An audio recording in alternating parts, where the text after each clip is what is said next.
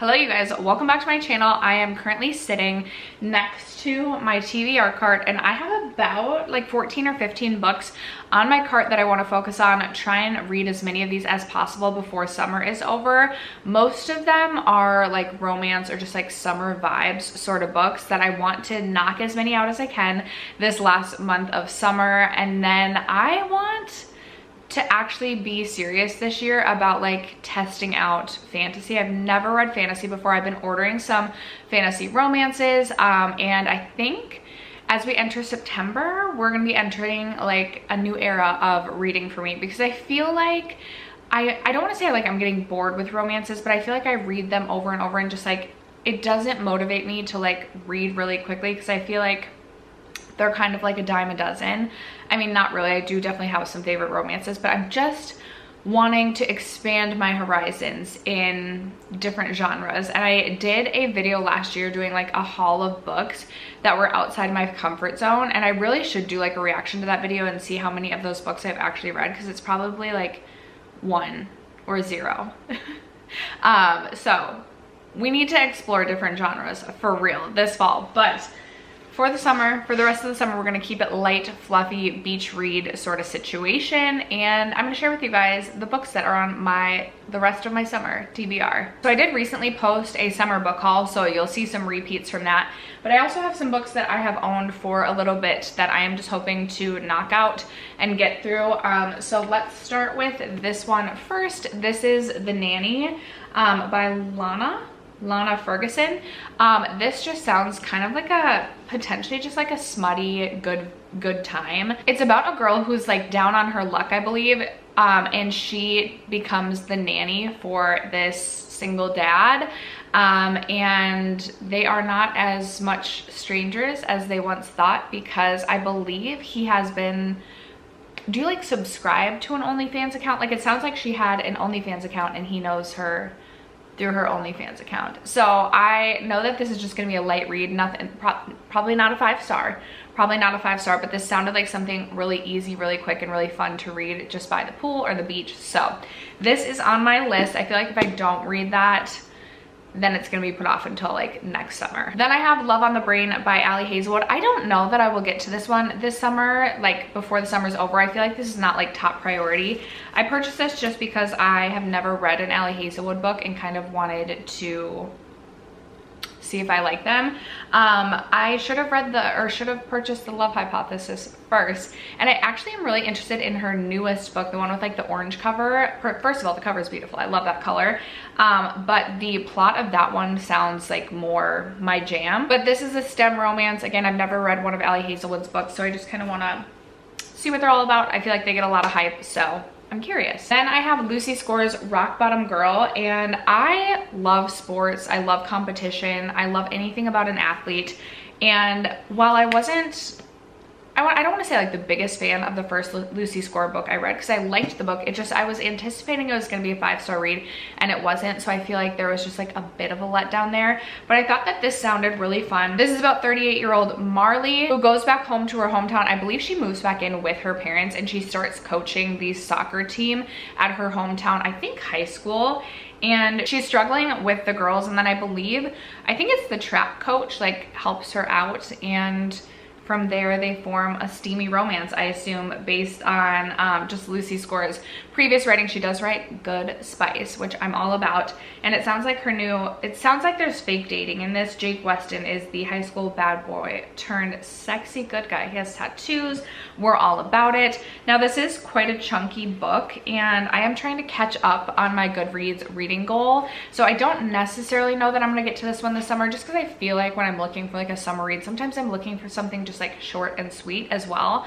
But I am hoping to read this in the next coming months. Then I have the book Funny You Should Ask. I actually purchased this earlier this year and started this book. I read like maybe I can't remember exactly, and I didn't save the page. I want to say I read like 30 pages of this while I was in California traveling for work, and then I just never picked it up when I got back home. I didn't not like it. I just like didn't pick it back up. I feel like I was in like a severe reading slump the first half of the year, and now I am like excited about books again. So I do want to pick this up. It is a shorter read. It is just over 300 pages. I was feeling like as I was reading it, it was going to turn out to be a good book. I just never picked it up when I got back. Okay, another book that I have started, I'm on page 70 of this book, but have not finished.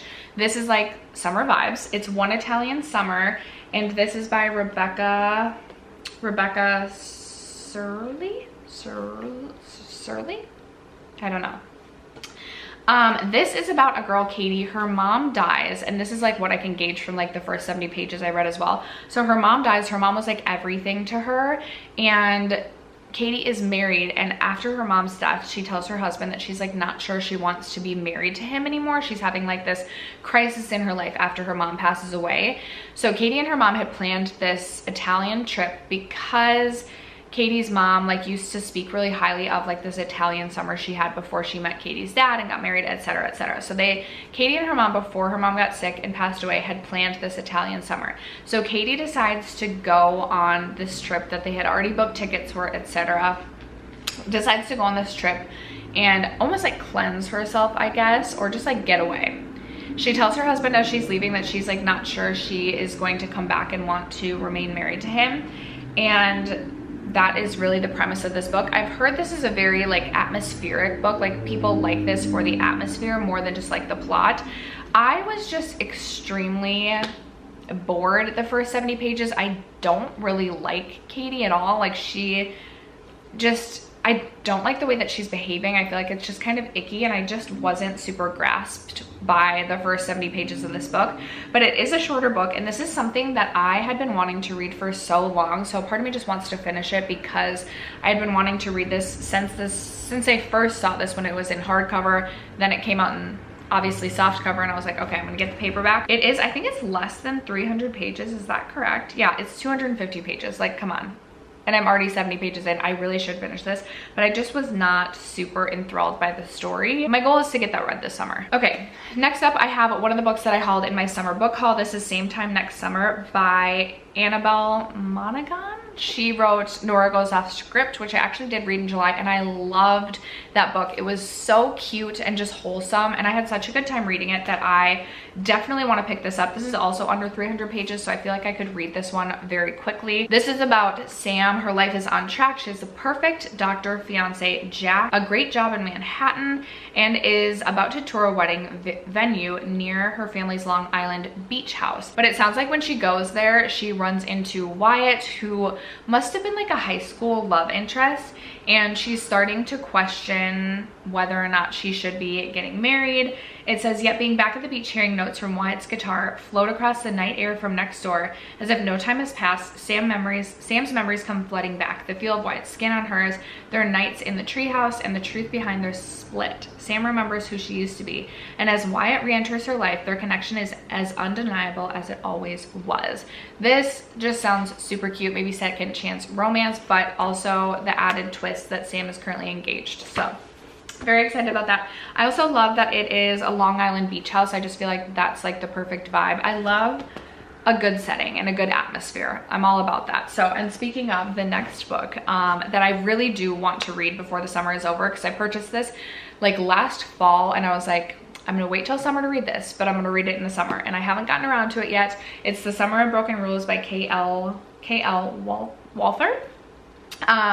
This is set on Martha's Vineyard. There is a big family summer wedding, and it just sounds like a fun time. Again, just very like summer vibes, and that is what I'm all about. I feel like a lot of people have read this book, know about this book, but it is definitely something that I'm hoping to finish before August's end. Then I have two Jennifer Weiner books. I have That Summer and The Summer Place. I've never read a Jennifer Weiner book, but I thought that these sounded fun, interesting, and like good beachy reads. I thought I had ordered this in soft cover. Maybe it's not even available in soft cover. I'm not sure. But I have the hardcover, which is just never fun for like a pool read. So that's irritating. I believe that both of these books are set on Cape Cod, and I'm wondering if Jennifer Weiner will, hopefully fingers crossed, turn into another favorite summer book author. Her setting of Cape Cod kind of reminded me of, she wrote The Hotel Nantucket. The book's right over there. Elin Hildebrand, and how she always writes about Nantucket. So I was like, okay, I am probably most excited for that summer. This one sounds really fun. This one is about Daisy, who has a thriving business, full schedule, etc. But she starts receiving these misdirected emails from a woman named Diana, who looks like she has this really like glamorous, sophisticated life. It says, but it turns out Diana isn't who she says she is, and that her meeting with Daisy wasn't an accident. Just sounds really fun. This is under 400 pages. Nope, it's just at like 408 pages. So I don't necessarily know that I'll get to both of these, but I'm hoping to at least read this one before August is over. Then I have Happy Place by Emily Henry. I also hauled this in my summer haul. First of all, the cover just like screams summer, although I just read Beach Read by Emily Henry, and I wasn't a huge fan of it, so it didn't make me super excited to go pick this one up. And it's not that I don't like Emily Henry's writing, so maybe I do just need to like give this one a chance. Maybe Beach Read just wasn't the read for me, but I just found both characters, I like hate to say this because I feel like people are like ride or die for January and Gus from Beach Read, but I just found the characters like a little, like I didn't click with them like I have some other characters. So it didn't make me super excited to go pick up Happy Place. The setting of this though sounds very summery. It is like a group of friends that are getting back together again at like a lake house or a beach house, something like that. There's a couple that it was engaged, and sounds like they called off their wedding, but they are hiding that information from their friends because they want everybody to just enjoy the weekend together. I've heard a lot of people talk about how this book delves into like friendships and stuff after college, so I think it'll be an interesting read, but it's also obviously hardcover and not the most fun to go bring to the pool, so we'll see if I can finish this one in August, but it's on my list. Okay, I have a thriller that I included just so it wasn't like all romance books, and this is The Last Mrs. Parrish, and it just like the cover looks like summer to me. That's why I chose this thriller. This is about Amber, who is fed up with her current life, and she feels this jealousy and envy over this couple, I believe in her town, Daphne and Jackson. She believes that their relationship is like straight out of a fairy tale. They're super sophisticated. They get to go to these like dinner parties, and it says Amber uses Daphne's compassion to insinuate herself into the family's life, the first step in a meticulous scheme to undermine her. Before long, Amber is Daphne's closest confidant, traveling to Europe with the Parrish family and growing closer to Jackson. But a skeleton from Amber's past may ruin everything that she worked towards, and if discovered, her well-laid plan may fall to pieces. So I think there might be some like vibes here too, just like talking about like traveling to Europe. Who knows? But I just thought I would throw in a thriller to kind of like switch things up. I do not read thrillers that frequently. As I'm talking about a thriller, something fell on my deck and it terrified me. Okay, I don't read thrillers that frequently, but I wanted something to just kind of switch it up. Who knows if I'll actually read that one? I hope I do. I hope I do. I feel like I'll need like a palette cleanser or just something different. But then I also have this one on my cart. I don't know if I'll get around to this. This is one of those that like the front of the book doesn't necessarily look like something that I would love, but then like reading about this makes me feel like I would. This is set in 1953 though, and sometimes like historical just isn't my jam, but Rome 1953. So Rome, love that for a setting. It is about Hal and Stella, and I purchased this last year, and if I'm remembering correctly, they have this like one night together and then basically go their separate ways, never talk again. But then a year later, Hal receives an invitation that he can't refuse. He gets asked to report to this yacht, and I believe it is Stella's yacht, possibly, or just him and Stella like meet on the yacht again. It says it's a sultry love story, and this is written by Lucy Foley, who wrote The Guest List, which I really didn't like that book. That was a thriller though, and to my knowledge she writes mostly thrillers, so I'm interested to see what this is like. This is really big font and looks like just over 400 pages. I should read this. I love the back of the book too. It's like a beautiful book. I've owned this for close to a year now, so I really should read this, but I'm not sure. Then I have The Kiss Quotient. I just picked this up or put this on my TBR because I've heard so many people rave about this romance. And again, romance, summer, the two kind of go hand in hand with me. But I also feel like this might be a good like September read just because it looks like there's, you know, some math involved in this. So maybe like back to school time.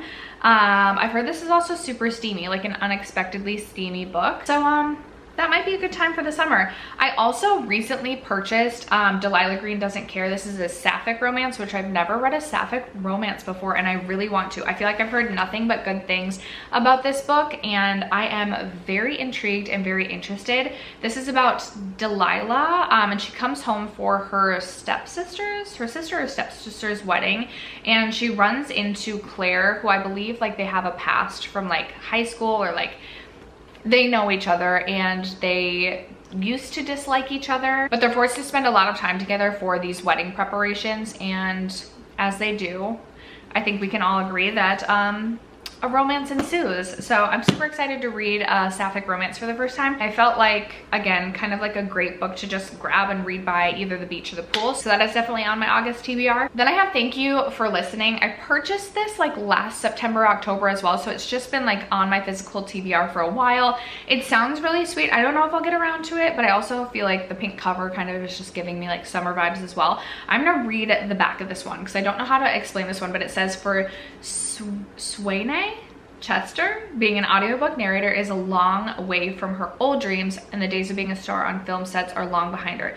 She's found success and satisfaction from inside a sound booth, and when she arrives in Las Vegas for a book convention, Sweeney unexpectedly spends a whirlwind night with a charming stranger. Then Sweeney discovers one of the most beloved romance novelists wanted her to perform her last book with Brock McKnight, the industry's hottest, most secretive voice.